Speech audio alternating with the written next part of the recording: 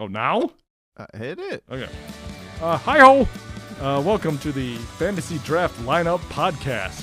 How's it going, guys, ladies and gentlemen, everyone? Yes, to my right here is that guy, Ben. Howdy. My name's Ben. I am the co-host of the show. And to my left is the man born with a Player 2 Looking controller in his very hand. confused. I'm Gregory. I don't know why I'm here, but I always am here. So He is the third co-host of the program. And I'm Tom. He's the first co-host. The first yeah. co-host. First, the last, the best. How come you don't have a nickname? It'll come to me. Well, I guess you can't give yourself a nickname. Oh, I think that I'm too cool to have a nickname. Oh, okay. You were the famous Gregory.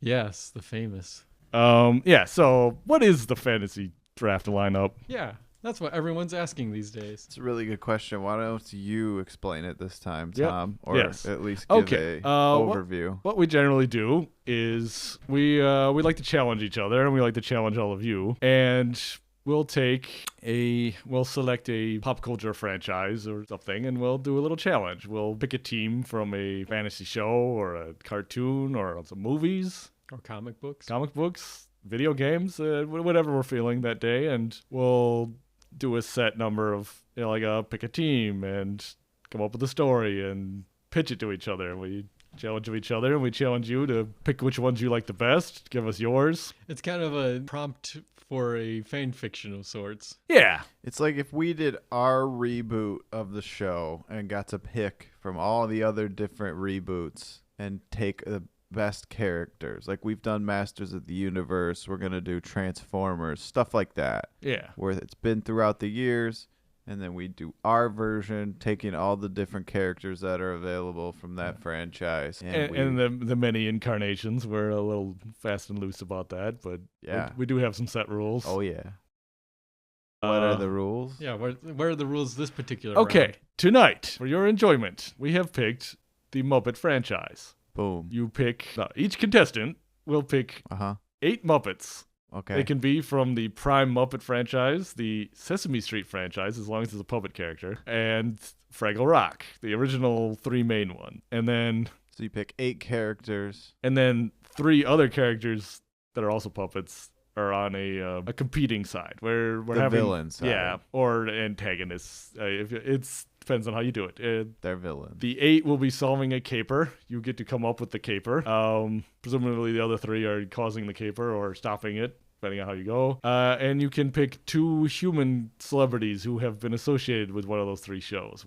Which I think is as many as there are Muppet characters themselves. Oh, yeah. Oh, yes. At least. And also we're being super fluid on that one. You can make some arguments about that, about who counts. And Oh, They could will. be living, they could be dead. yes, will. that's the other thing. We Yes. don't care if they're dead. No, they can be dead. You could be at whatever age in their career. There are many actors, athletes, singers, random famous people who've shown up. Other puppets from different franchises. Yep. Actors as their characters. Mm-hmm. Schmengi brothers. Yeah. Well, don't get ahead. Oh, sorry. So we each of us have picked a team, Mm-hmm. and we have not consulted with each other. It's a complete No. secret to everyone. We have not successfully spied on each other. At least I haven't. My spies haven't gotten back to me yet, so Yeah, it's all new to me. It's a little late. I mean, I wouldn't pay them. If you made a down payment, I would ask for that back. I had to pay up front, yeah. And most of us have made predictions, which we are hidden in the fantasiful, mysterious Phantom Jar. Phantom Jar, Phantom ladies Jar. and gentlemen. We make our predictions about each other's lineups Yes. and predict other people's predictions of our own lineups. Yeah. We place the selections into the Phantom Jar, which cannot be accessed by humans or science until the correct time. Yeah, it's a weird thing for that jar to do. Yeah, you'd think there would be more practical applications of a pocket universe, but no. Just hide our predictions about a completely useless team gathering This event. is beyond useful. Yeah. Tell Greg how wrong he is in the comments. Yeah, that's going to be a recurring Please. thing right there. Yes, and after all the predictions, we'll pull out our predictions. You cannot access the Phantom Jar, but you can make your own predictions and then lie and say you got it right. Yeah. We will never know the difference. Oh, Yeah. So And- usually we like to start out with a bit of history as to the topic and franchise we're drawing from. Yeah, I'll go over that a little bit. I feel like we're going to be doing Muppet-related projects in the future, so I don't want to do my full history lesson, which, tell me you just want to get to the good stuff, or do you like the informative sections of our show? I like it because I don't have to talk. That's my favorite part. Okay. I mean, yeah, hit it. Like, we should do some of it. Okay, so all these shows originated with the Jim Henson Puppet Company in the 60s. Yeah. They did a local show called Sam and Friends. Mm-hmm. And we can pick from them, from the lineup. I would consider those Muppets, yeah. Okay. That we didn't, but Right, yeah. But, I'll predict that right now. You can't look in the Phantom jar. I didn't look in the there's jar. no fandom peeking. Jim Henson invented this. Yes. They're puppets, guys. Yes. And They're dope puppets. Yeah, there's the Jim Henson puppetry is awesome. I love everyone who's involved in it. Marionette plus puppet equals Muppet, yes. Oh, right? yeah, Yeah. that sounds right. I Yeah. guess I didn't think about the marionette part of it. Like, oh wait, yeah, that makes sense. Was Sesame Street. That started in 69. Yeah, I believe so.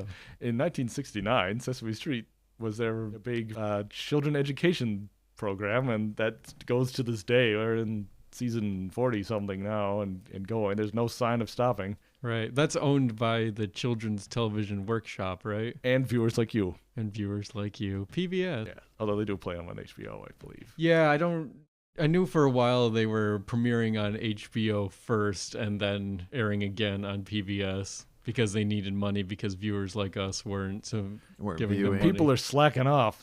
They're giving you Sesame Street and Keeping Up Appearances reruns, and you're blowing it.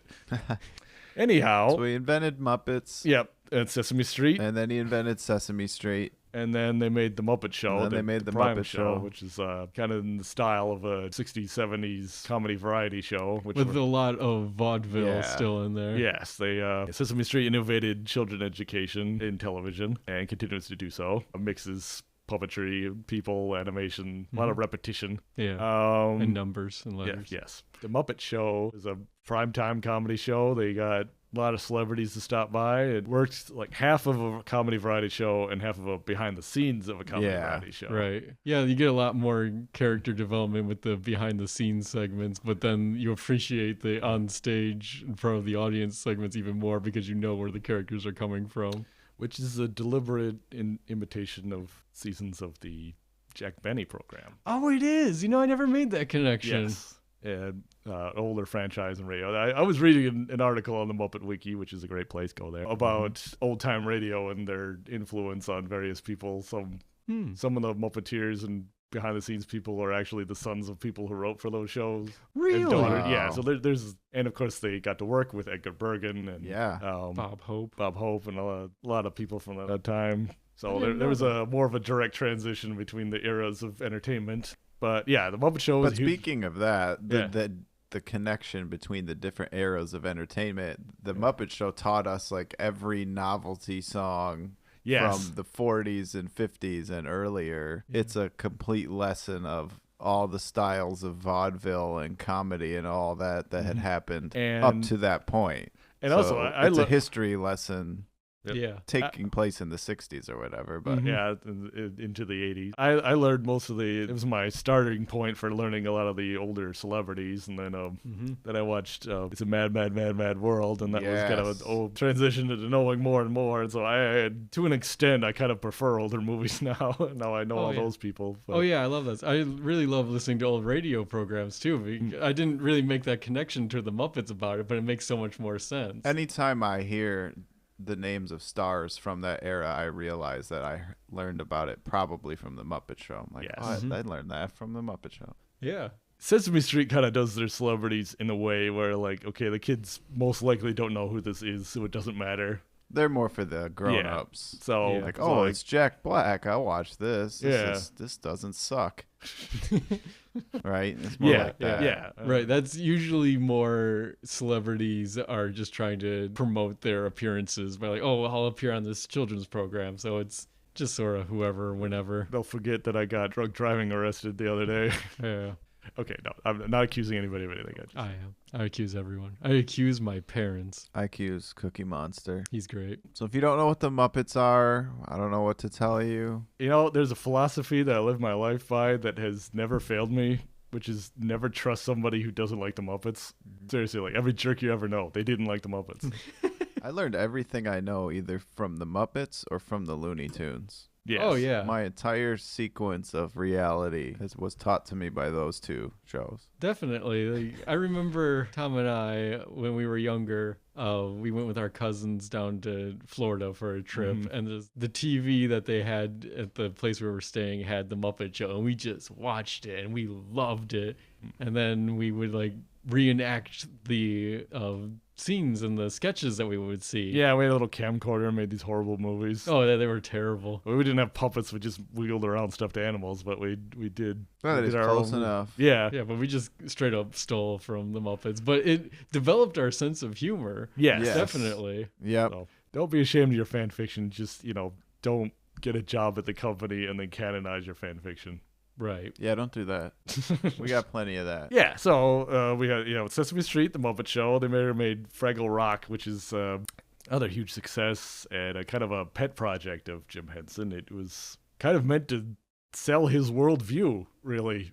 Right. Just like, More spiritual stuff, yeah. more environmental stuff, And Fraggle Rock is more of a fantasy series. There's more fantasy stuff. Yes, Fraggles live underground underneath from regular humans, and they live with other species, the little hard-working doozers, the giant gorgs, and various other ones. And really, it was displaying all of these societies and showing that for all their differences, they are the same.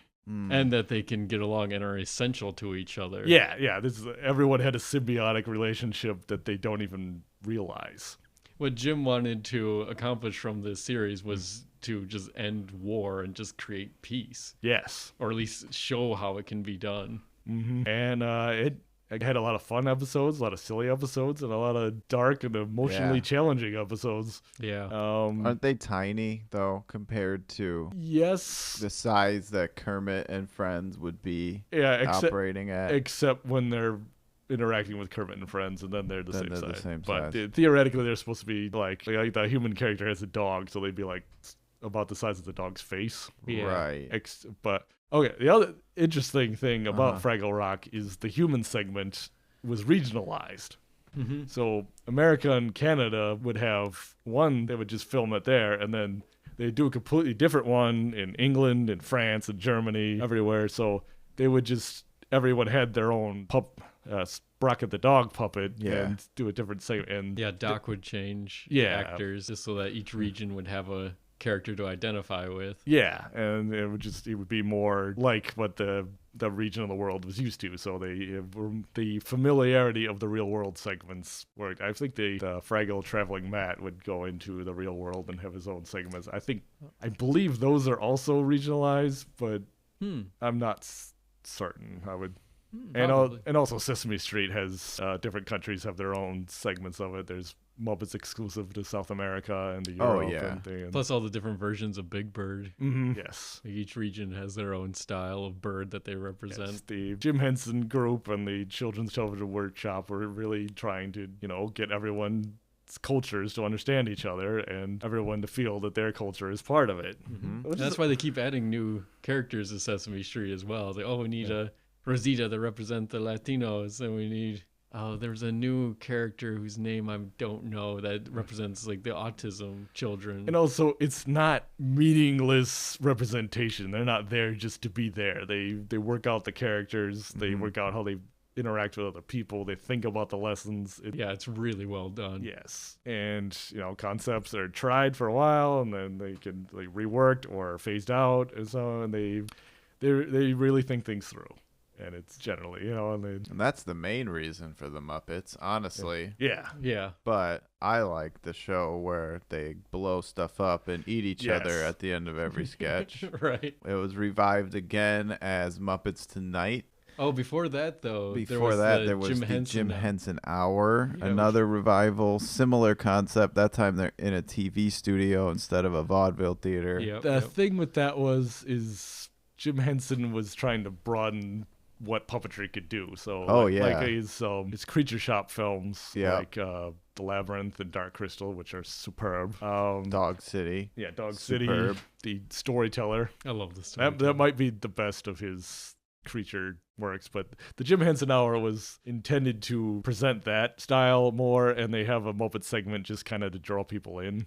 Mm-hmm. So while that was a good, entertaining part of it, and it's unfortunately the part people remember the most, that wasn't the main. It was done in the style of the old Walt Disney Presents. Like Walt himself would come out, Right. So Jim Henson would come out. They do. We've been watching a few. We had not seen them until recently, Right. and the Muppet segments are pretty good. They're good. They're done still with a technology in mind thing. So they do a lot of like in front of a blue screen, overlapping things. Like there's a whole segment about a girl playing with her Barbie dolls. Yeah. But the Barbie characters are played by real actors, and they would just show the girl as like hovering over the set. Yeah, and you see her shadow and everything. It's pretty good overlapping. Yeah, and then in the main Yeah. TV studio part, I think they're still in front of a blue screen, so they can Yeah. do visual changes in the background. And granted, we were watching some person's tape, so Yeah. but Yeah. some of that didn't age quite well. But it's still amazing what they were trying. They had a completely CGI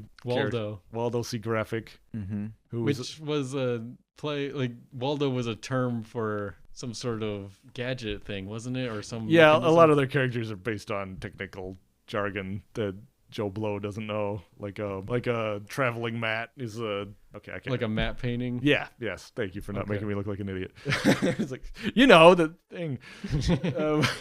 Like the thing. Yeah, the thing with the guy. If any of you listening haven't done it, I strongly suggest going to the Jim Henson Museum in Atlanta, Georgia.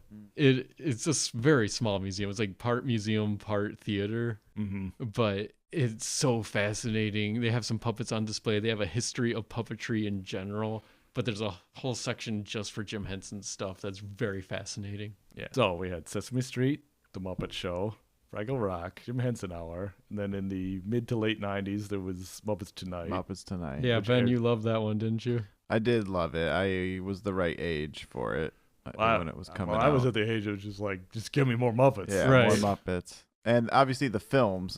All of us Oh, grew yeah. up with the movies. Yes. Well, those movies are brilliant. Muppets Tonight was the next generation. Brian Henson started doing characters. Son of Jim Henson. Yes. Son of Jim Henson. They- Bring back that same spirit to it. It's Jim Henson passed away in like 89, 1990. I thought it was like 91, but maybe it was earlier It's- than that. I was just when I was old enough to understand who Jim Henson was is when he passed away.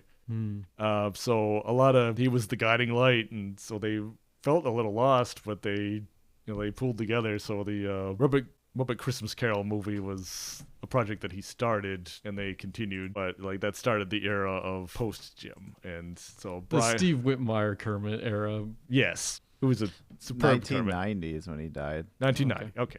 So you were right. There was a sort of shift in the style that was done. Like, I don't know exactly how you would describe it, but even though they had a lot of the same cast members, like Frank Oz and Jerry Nelson still there, it just, I don't know, the feel of Jim Henson was absent to a degree. Like they all did a great job continuing his legacy. I think part of it was trying to fit in changing tastes. That's true. The classy put on a show style was That's old hat. We don't Yeah. do that style. the other guiding light to the Muppets was the writer Jerry Jewell. Right. He was he and Jim were both unique minds who could come up with bizarre things. Well, and everyone in the staff together was all part of a large body, and they're all unique individuals. And They were able to get the best out of each other, too. They Yes. knew how to work as a team. Yeah, should we say some of the main puppeteers and writers and stuff? Kind of Yes. like the big five performers. the mainest for the Muppet Show group would be Jim Yeah. Henson himself,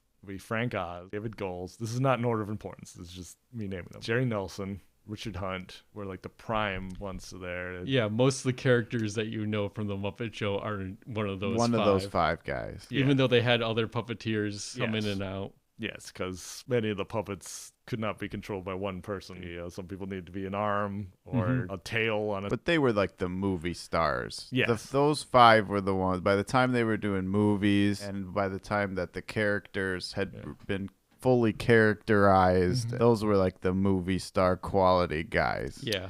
And if you include the core people from Sesame Street, you also have Carol Spinney, you have Fran Brill, Martin P. Robinson, I can't remember who that is. Telly, and Snuffy. Oh yeah. In addition to they all switched in and out of new characters, always trying something new. Until it worked. And then until it was, And of course, there's Steve Whitmire, Louise Gold, Catherine Mullen, Karen Prell. Those were more Fraggle Rock people, weren't they? Yes, they worked in all of the groups, but and there are a ton of people that have been the newer generation. We had Bill Beretta, the guy with the new puppet, like Walter, Peter Luntz. I do not know his name. Okay, I'm sorry to say. I believe his name is Peter Luntz, and then like Matt Vogel has been taking over a lot of people's characters. Yes. As people get older and retire or pass away. But Muppets also evolves in that sense, and I've always felt that in addition to picking up old characters, the new puppeteers need to find their own characters. So like Muppets is always adding and moving around, and it should. So, Bill Beretta took over Ralph and Dr. Teeth, but he's got Pepe the Prawn, he's got Bobo with a bear. He's always trying new ways to work in the group, have characters pair up, see how they work. Certain Muppeteers worked better together than others. Yeah, because if you look at the different eras, like, okay, Jim Henson and Frank Oz were a great team. Like you could always rely on them being really good together. So there's like a Kermit and Fozzie. And then after Jim's passing, there was a lot of focus on the David Goals with Steve Whitmire. So you got the Gonzo with Rizzo the Rat. And then with Brian Henson and Bill Beretta, they had Sal and Johnny Fiamma. Jerry Nelson could work. He worked well with David Goals and Steve Whitmire. Or Steve Whitmire could work with David Goals and Jerry Nelson. Jerry Nelson could work well with anybody. And obviously, the original duo of Jim Henson and Frank Oz is what it's all based on. They were like soulmates. They were just like so perfect. Like if you had perfect comedy. If you had Bert and Ralph, if you had Marvin Suggs and Lefty the Thug, like, they could pick up any puppet, stay in character, but mesh so well together. Those are two Frank ones. Say a Jim one. Dr. T. Yeah, okay. That answer. Lefty. And then you've got Frank and Richard, or Jim and Richard as a duo. They're the two old guys. Yes. Statler and Waldorf. So that's a duo. Yeah.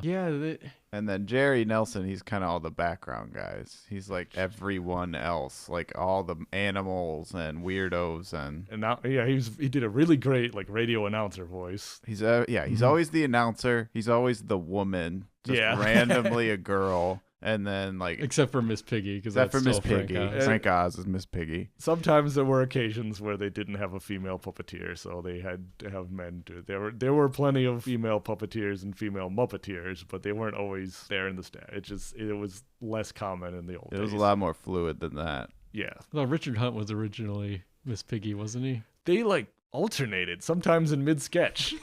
Oh yeah, the Temptation song. It starts out with Frank Oz and then they switch it to Richard Hunt. But one thing, Tom and I went to a convention that had Steve Whitmire at it, and he gave a talk and he described his fascination growing up with puppetry and watching stuff like Sesame Street and noticing the puppeteer by how they make the puppet talk and move. Yeah, he would... Not the voice. Not the voice. He would mute the voices. Yeah. Oh my gosh. And then just figure out who was doing the puppet in that scene. So when he finally joined the Muppets, he worked so well because each puppeteer would have to teach the person standing in for them. Like if Jim Henson was being Ralph in a scene and Kermit's there, they would need someone to be Kermit. Yeah. So Jim Henson would teach them Kermit talks like this and moves this way. So there's so much more to the characters than just the voice. Each puppeteer had to learn how everyone else worked so they can be their stand-in. Yes. And then Steve eventually inherited the role of Kermit and several other roles. Which was the plan. Jim passed away suddenly, but he was already training Steve Whitmire to be Kermit, so he was going to pass the torch. Similarly, while Steve Whitmire ended up retiring from the role sooner than he anticipated, he was training Matt Vogel to be Kermit. Right. So it is they pulled it off both times, even though it was unexpected both times. Right. Not that Steve is dead. Right. Yeah. Steve expressed some, You know, Kermit wouldn't he say wanted that. Yeah. He said stuff like Kermit You need wouldn't to have say it like a that. bit more Jim Henson in the character than Yeah. writers are thinking. A little more Jim Henson, a little less So Mickey Mouse. I don't think he got to train him as much as he'd hope, but I feel like that's going to happen no matter what. Right. You're like, oh, but I didn't tell him this, or like, I should have emphasized this more. It's a very sweet man. So we had the honor of meeting 2 Muppeteers Yeah, Carol Spinney. a little bit before he passed away. It was Like a year before he passed away, I believe. Yeah. He was really nice. Got to talk to him about Sam the Robot. Yes. A character that he made, or he came up with the concept, and then the way it was produced wasn't how he originally envisioned it, so he passed it on to Jerry Nelson, I think it was. Yeah, it might have been passed around a couple of times. It was one of those concepts that didn't work out the way they thought, so they just moved on to a different idea. Right. So Carol Spinney is Big Bird and Oscar the Grouch. Primarily, yeah. Primarily. yeah, he kind of fit in more with the clique of the live actors, like Bob and Maria, and not that they were like cliquey, but he had more interactions with them than the other Muppeteers. Well, because all of his puppets required him being away from everyone else. Oscar the Grouch is in a trash can. Mm-hmm. Big Bird is his entire body moving around away from the puppets. Like, And weren't they in 2 different countries too? Weren't they filming some of the Frank and Jim stuff in Britain? And they had Carol and some of the other guys doing Yeah, probably because the Muppet Show was filmed in Britain, so they were probably in Britain a lot of the time. They would like cut to Cookie Monster and Bert or whatever Jim and Frank did that week, but it wasn't. So that makes sense. Frank is retired from the Muppets, but sometimes he'll just show up to Sesame Street and is like, I'm Cookie Monster today. And they're like, okay. So And Dave Goelz is still in it, right? yes. He's still Gonzo. Last I heard, yes. He's as far as we know. Out of the main group, he's the only one that's still. How long did Bill Beretta stay? Is he in it? Beretta's still there. Bill Beretta's in it. He's Pepe. Yeah. And others. Yeah. And inheriting other roles. Yes. Training other people, and they're all. Jerry Nelson stayed doing Sesame Street for a long time. Till the end, or not?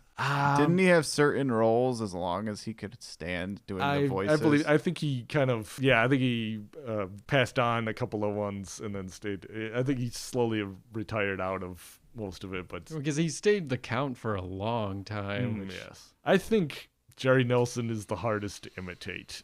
Like he has the widest variety of voices, I think, anyway. And he's just got such a distinct voice. Also the best singer. Yes. Yeah. Oh, definitely.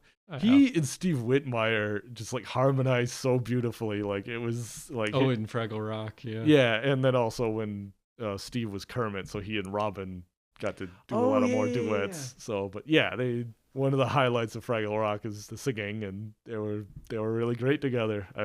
All of the Muppeteers are basically required to be a good singer. Yeah. Because there's so much song in every single segment. I would pay good money to see Frank Oz singing as Miss Piggy, though. Yes. I want to see that bad. Specifically the Never Before. Yeah. Where he just has to belt it out. Heck yeah. So, really quick. We'll be getting to the lineup soon, but just... everyone, name off a couple of your favorite Muppet sketches all time. I'll go Wugga. Okay, I'll go Wugga, the Kuzbanian song, or is it Kuzbanian? I don't. Maybe it isn't. It's all of the alien. That's like the purest weirdness. It's a lot of weirdness. It's so bizarre. It's so amazing. Look up Hugga Wugga when you have the chance. It's great. The very first Muppet Show sketch. Phenomena. Oh, that's a classic. That's my favorite. Yeah. That's so good. Do. Yeah. That's a good one. I love it's all the novelty song stuff, man. I loved the music. They do like Lime and the Coconut. Oh yeah. They do. Yeah, they mix contemporary with old standards. So they would do rock songs. They would get Alice Cooper. They would do sentimental songs like "It's Not Easy Being Green." They had such a large variety of stuff they would put on there because it was a variety show, which is very important. And the choreography was nuts too. They'd get them in the full body costumes, and they're doing it's the same guys, but it's like, all right, this is what we're doing today, guys. They try things with visual effects. Yep. Jim Henson was very interested in computer animation, so and now in their new like Dark Crystal things, they're mixing computer animation with puppetry, and it looks great. But yeah, a lot of the dances with the Gorgs in Fraggle Rock, I love that because they like lift up the fat suits that they're in. Yes. Same with Jim Henson's dinosaurs. Just the way they would move around and just bounce with the suits that they're in is so great. There's a lot of just putting on half the suit and looking in the mirror and figure out what's a movement. Yeah. What makes this not look like a person in a suit? Right. They would spend a lot of time working with the puppets in their free time, just sort of figuring out, okay, how does this work? Would this voice work better? Would this movement work better? Can I make a smile this way? Can I do a different expression? Because like Kermit's puppet was basically cloth directly on the hand. So any hand movement shape you would do directly changes his face. Do you have a favorite one, Ben? I was gonna say Phenomena as a favorite. I grew up with the movies a lot. Anything that happens in like the first 3 or 4 or 5 Muppets movies is kind of a huge nostalgic point. Yeah, I guess I have more nostalgia for the movies because I've seen them so many times. Yeah, we used to we're video store kids, so we used to have a lot of the there was some old videos that they would have best of segments of the Muppet Show. So it was quite a while before I actually saw a full episode of the show. Right. But we got to see a lot of the highlights, so we got to see a variety of the guests. Yeah. One that I really like was Jim Henson did a puppet that was a scientist that did If I Could Keep Time in a Bottle. Oh, he just sings it, and the Jim Croce song. Yeah, and he slowly, he'll drink a formula, and then the puppet would change and get younger and younger and younger. And I don't know, they did a lot of good of just like mixing humor and then make you want to cry and just make you think and just like, oh. Yeah, like when Waldorf sang it was a very good year. Like, it's a very sentimental song. But it's kind of weird because they're in the audience. Like, why do they suddenly get a song to sing? Right. Yeah. But I didn't see that full episode, so maybe there was an explanation to it. I doubt it. Any Muppet can perform. Or even they can all book a spot. Yeah, that's how vaudeville worked, really. Is it really? Yeah. And then Ernie was a lot of goofy stuff, and then he'd sing like, "I'd like to visit the moon." Yes. Yeah. Some other famous sketches from the Muppet Show. You got the Muppet Labs. Oh, yes. Bunsen, Honeydew, and Beaker being hilarious. You've got the Muppet Newsflash with the Muppet Newsman. Muppet Newsflash. You got Pigs in Space. Pigs in Space. You got Veterinarians Hospital. And its spiritual successor on the Jim Henson Hour, like The Magic of Merlin. Oh, right. Ralph is a magician. But it's the same setup. He just does a bunch of vaudeville jokes. Tons of puns, tons of one-liners, tons of insult, like your mama type jokes before that was ever a thing. Oh, one of the best jokes. I think it was on the Alice Cooper episode. Yeah. Where there's a candlestick that's lit that's just sort of moving across the desk in front of Kermit, and he's like trying to figure out like why it's moving by itself, and then he blows it out and he looks at the camera and says, "Think about that." Right. Jim Henson had no problem breaking the fourth wall on puppetry. No. Right. He was okay with breaking the illusion of the puppets being real or not, but not needlessly. Right. Also, the whole character of Fozzie that I think some of the modern writers don't quite grasp is just, well, a lot of the characters is just, the whole character is the humor. It's not the joke that they're telling. So no, Fozzie's joke isn't that he tells bad jokes. It's that he's bad at telling jokes. Right. His self-conscious nervousness and just inferiority ruins his own humor, which makes it funny to us because we see that. It was like, yeah, I do that to myself. And well, the telephone pole sketch was a brilliant display of that because Fozzie's like preparing, like, oh, I had to like pretend to be a telephone pole or whatever. He's like method acting. He's like so involved in like, this is gonna be a great joke, and then he finds out what the joke is. He's like, this is stupid. I don't want to do this, but Scooter forces him to do it, and the audience loves it, but Fozzie hates doing it. Did they ever show you with the banana sketch? No, I think they only talked about it. There was a running joke in the Sandy Duncan episode where like Sandy and Fozzie keep laughing about this banana sketch, and Kermit doesn't know what it is, and they're just like, oh, sometimes I just think about the banana sketch and I start laughing. And they never tell him what it is. And it was written by a guy named Gags Beasley. Yeah. And that name is just a running joke. Gags Beasley. I don't believe it's a puppet or a person. It's just It's Fozzie's writer, right? yeah. Yeah. It's like, oh, he's the He famous writes the gag writer. He jokes. wrote the banana sketch. Yeah, classic. So the personalities are so well defined, even beyond like any individual gag. It's Right. like they just kind of are what they are and do whatever sketch happens to come out that week. It's kind of fun watching the episodes in order because you see the development of stuff. Like just looking at Miss Piggy, seeing how she went from just the standard pig in the background to like, oh no, wait, she's kind of more self-centered, but she's also like thinks that, I don't know. Just, She sees herself as this benevolent movie star who just has an adoring public, and everyone else undermines her. right. And she romanticizes her relationship with Kermit, and Which is just a weird relationship. It's like borderline abusive.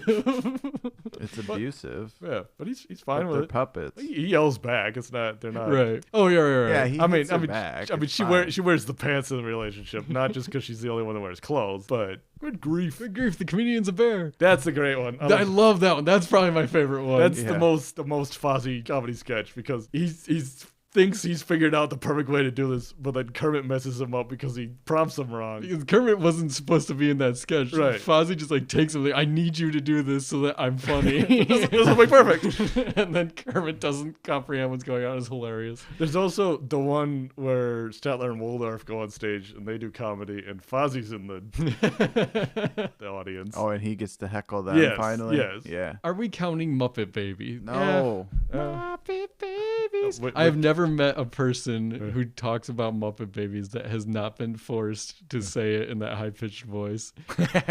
Okay, We're so resisting the urge right now. it sounds like we're getting a strong resistance, so we're gonna have to say no. So Well- quickly erase all your Muppet Babies. Skeeter is not a Muppet. That's true. I agree with that. She's not a Muppet.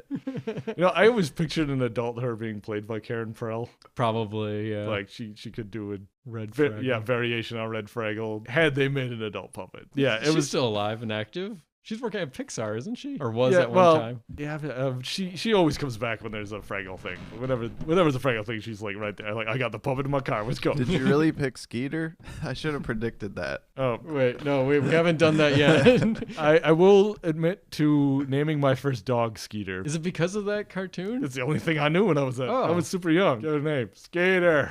Oh, okay. It was a boy dog. Scooter and Skeeter. Yeah. Because they couldn't just have Scooter. They needed a girl. They needed another Scooter. girl and they didn't want to use Janice. But they did use Janice. But they did. Yeah, later on. But that's not. Well, I think they were also thinking like, oh, what if there was like a sibling relationship? They can do that. Right. What if he was more interesting? Muppet Babies was super creative and does not get enough credit. And Disney owns like all the properties that they use, so they just need to put it on DVD. Yeah, for years the DVD issue was they would walk onto clips of movies, so they would Yeah. like fumble into Star Wars and Indiana Jones, and those were used with permission on when it was on television, but then like video rights have a whole other mile of red tape. But now Disney owns almost all those properties, but Yeah. instead of just putting out DVDs, we'll just make a new one and pretend the old one doesn't exist. Yeah, I mean, all companies do that, not just. I Disney. know. I don't want to. We're not turning this into a Dump on Disney podcast. That and the new Muppet Babies is good. It's just different. It's 3D. Yeah. It's for babies. I mean, the original. Yeah, that's the other thing. It's for babies. Yeah. So did we get all the shows? Yes. Well, there was the more recent ones like Muppets Now Right. and all I told that. you I didn't want to dump on Disney. Yeah, I'm sorry. And Muppets rip off The Office, that show. Yeah, whatever that was called. I don't know. I don't. It's just not the same with most of the originals gone. Well, it's just when you force it to be something, it's not. Right, they lost that vaudeville style of it, which is, I think, is what really makes it work. Because Muppets Tonight basically is another vaudeville Yeah, style. it's a continuation for sure. Yeah, and I don't want to say they amped up the adult elements because there were, if you go was back always to in the there. original Muppet Show, there is some adult element. It's just It's all 70s ages TV elements. Yeah. Right. Yeah. Wasn't the original pitch like, oh, this is a show about sex and violence, and they would have explosions and stuff? That's a good joke. Yeah. But that was also like Jim Henson didn't like the fact that Muppets ended up being thought of as like children's property. It's like it's a family property. It's That's what I'm saying. It's multi-leveled, and so Same with cartoons. Like everyone who worked on a cartoon was like, it's not a kids thing. Or Yeah. comic books as well. Like, no, Yeah. there's so much more to it. It's just misunderstood. Yeah. And some of that in the internet age is going away, but there's also Well, everyone's a nerd now. Everyone Yeah. admits Yeah, to yeah. liking all of it now. But Yeah, for a so- while, Yeah, you hypocrites. where were you when I needed you? that's what I'm saying. It'd be more. Our thing is going to be more similar to the movies. I'm thinking. Yeah, Yes. we grew up with those in repeats on video when they were coming out even. Like, we are so stuck in that era. The most fun I've ever had in the theater was when we saw Muppets from Space, and we were like, us and one other family were because we saw it late in the run. It wasn't a flop. It just Right, there's no one at that theater. yeah, it was just at that time. We just came in the middle of the week during summer, and it was great. Yeah. I mean, we weren't rowdy or anything. You know, we know how to behave in public, but it's just okay. I do, and then you were too afraid. But the thing about the movies is it takes those characterizations that were developed over all the vaudeville sketch show stuff, kind of puts them in a caper or a journey. Right. They're always going on a road trip, basically. Yeah, because or the doing first one- something. The first one was about how did they get together? So it was a fictionalized they get fiction together. of how they got together. And so like- it was traveling across America to get to LA. And like the magic idealization of Hollywood, you know, like the Yeah. draw of like going and being a star. I think that out of the movies, that's the one everyone remembers the most. Yeah. Great Muppet Caper, I think, is the best comedy, pure comedy one they Yes. did. Muppets Take Manhattan is kind of the darker of the three, and so it put off some people as is some of the repetition of the first film. But that was the one I had on beta tape, so Yeah, Betamax. that one has a very special place in my heart. Of the Yeah. first three, I like them in order of when they came. Actually, of all Muppet movies, I like them in order of when they come out. We Yeah. don't dislike Muppets Most Wanted, but on that scale, you would put that at least Yes. so far. Yeah, until the next one comes out, I was like, yeah, but it's not as good as Muppets Most Wanted. Like, it's nothing you're doing, it's just him. Yeah, And then Jim Henson passed away, and they did the Christmas Carol. which is great. Has wonderful music. Yes. Some of it's boring because there's parts where there's no Muppets in the song. Right, but they're still good songs. Those though. are the songs that I fast forward. I have to say, I've seen several movie versions of Christmas Carol, and there's new Yeah. ones every single year. Yep. I think they did the best display of the Scrooge and Tiny Tim relationship I've ever seen. Okay, cool. With them never interacting directly during just Michael Caine does an excellent job. He takes Michael Caine. the puppets seriously. Yeah, Michael Caine. Yes, he takes the puppets seriously enough, but he Oh, yeah. he doesn't compete with the puppets when he's trying to be funny. Right. You know, That's he's like interesting. he plays the drama right, he does the comedy right, is the growth and the sentimentality. He does the singing well. He doesn't ham it up. So it's a solid adaptation of a classic story. It's and the good. fact that the comic reliefs of Gonzo and Rizzo even take the time to be like, this is a serious part. We're stepping away from this. So you don't have to break that tone.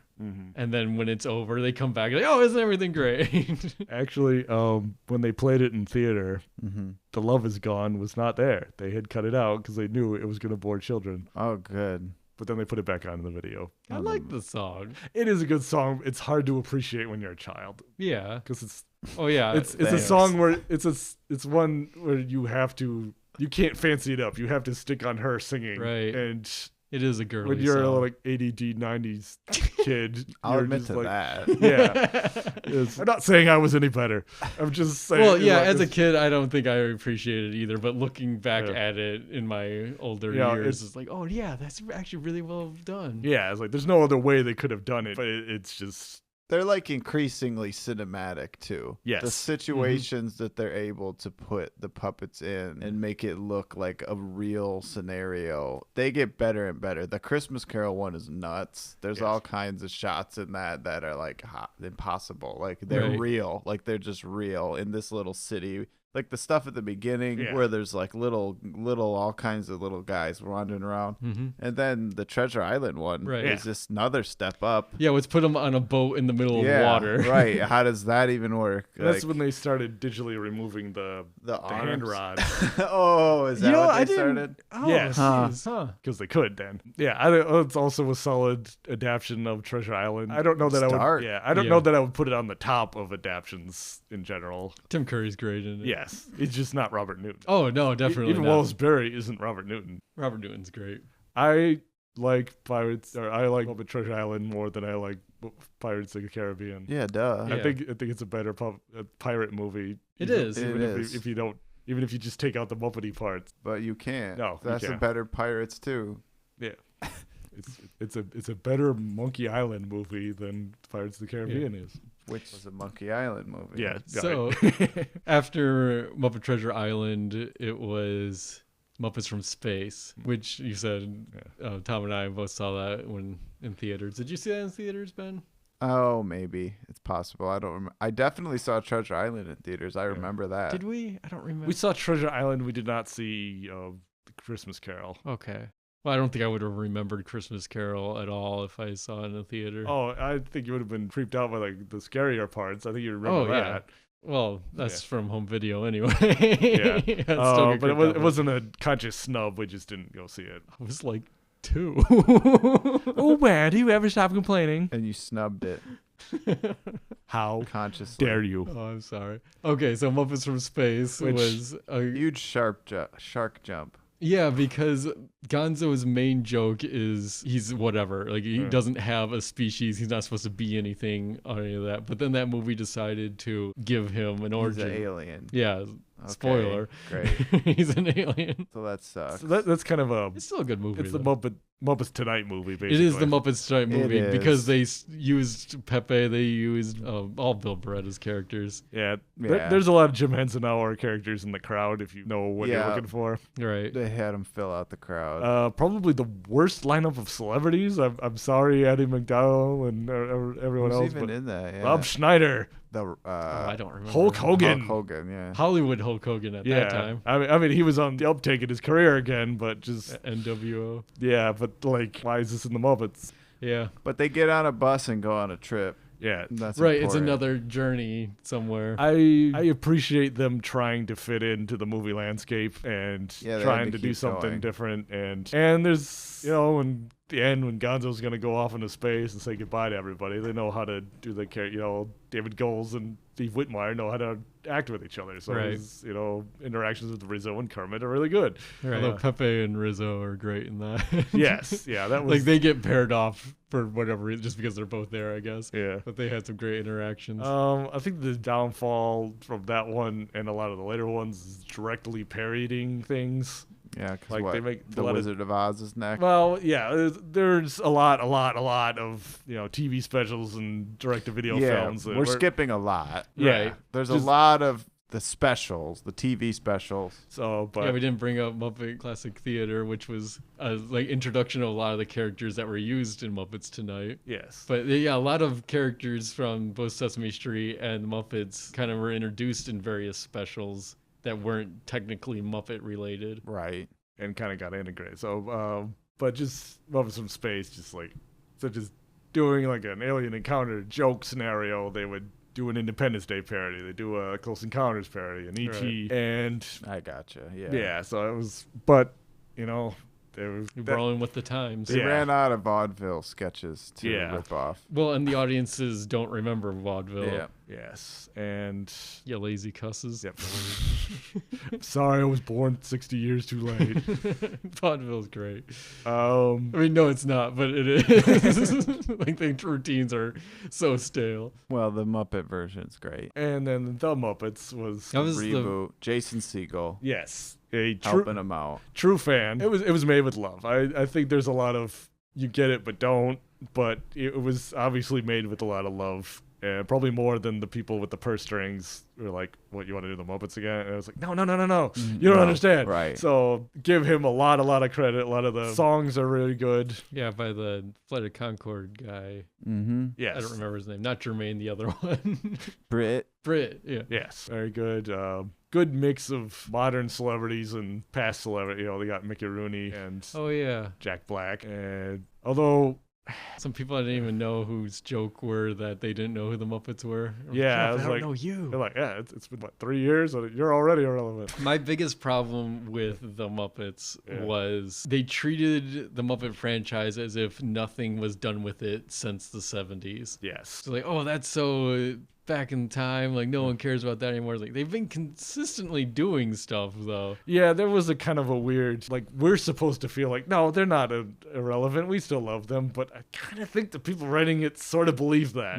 They're like, oh, they told bad jokes. But, we love them even though they tell bad jokes. Like, no, they tell good jokes. Right. You just don't get the jokes. Right. Or you don't understand that style of humor. That is kind of baked into the whole thing, though. So, yeah. So they did that one, then they did a sequel to that one. Yeah, Muppets Most Wanted, which I liked a lot more than apparently everyone else did. But I also think it was a step down from the Muppets. Yeah. So let's do closing thoughts on summing up. Or did we talk about all the shows and movies? We talked about all the essential ones. We jumped over the 2 Sesame Street movies. Yeah. I absolutely love Follow That Bird. Yeah. Neither Gregory or I have seen Elmo and Grouchland, so you're got to be the I've expert on seen that. it. It's not as good as Follow That Bird. Follow That Bird is like, Amazing. yeah. That's another travel somewhere. Yeah, movie, though. Like, that's why they I work love it. best in adventures going somewhere. I love all movies like that. And we're fortunate enough that Big Bird was the center, so he could move in the people world more easily. Yeah, I mean, Bert and Ernie are in an airplane. Yeah, there's that. That's great. Yeah,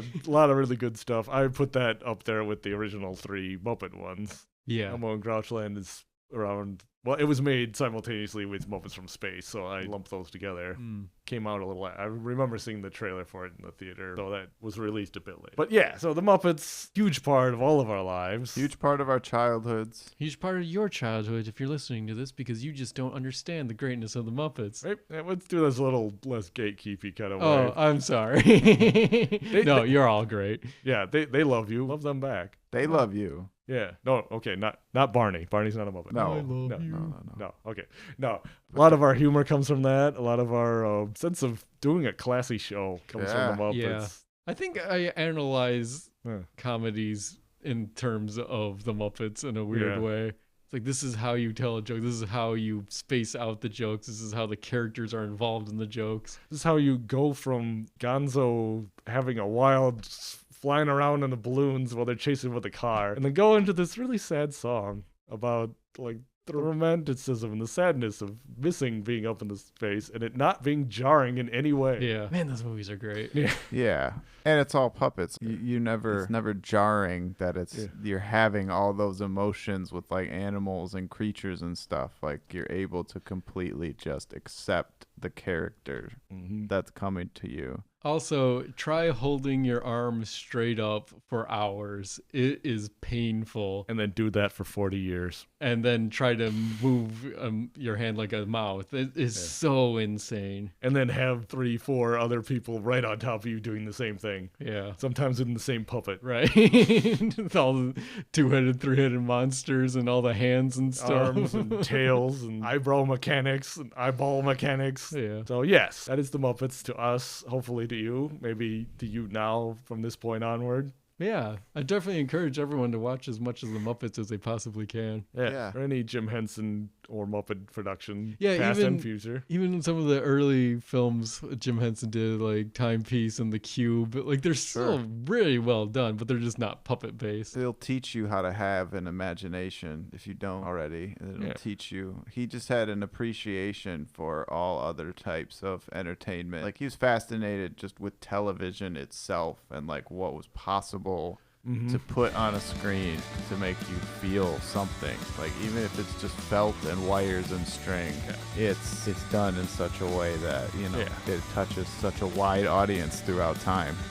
Jim Henson was a genius. He was like Walt. I think Jerry Jewell was a genius too. I cannot overemphasize his importance. Just because he didn't play a puppet, he just sort of shoved it in the background, but his writing was really essential to a lot of the Muppets. Well, what do you say? Should we continue on to a lineup? Yes, let's get to the good stuff.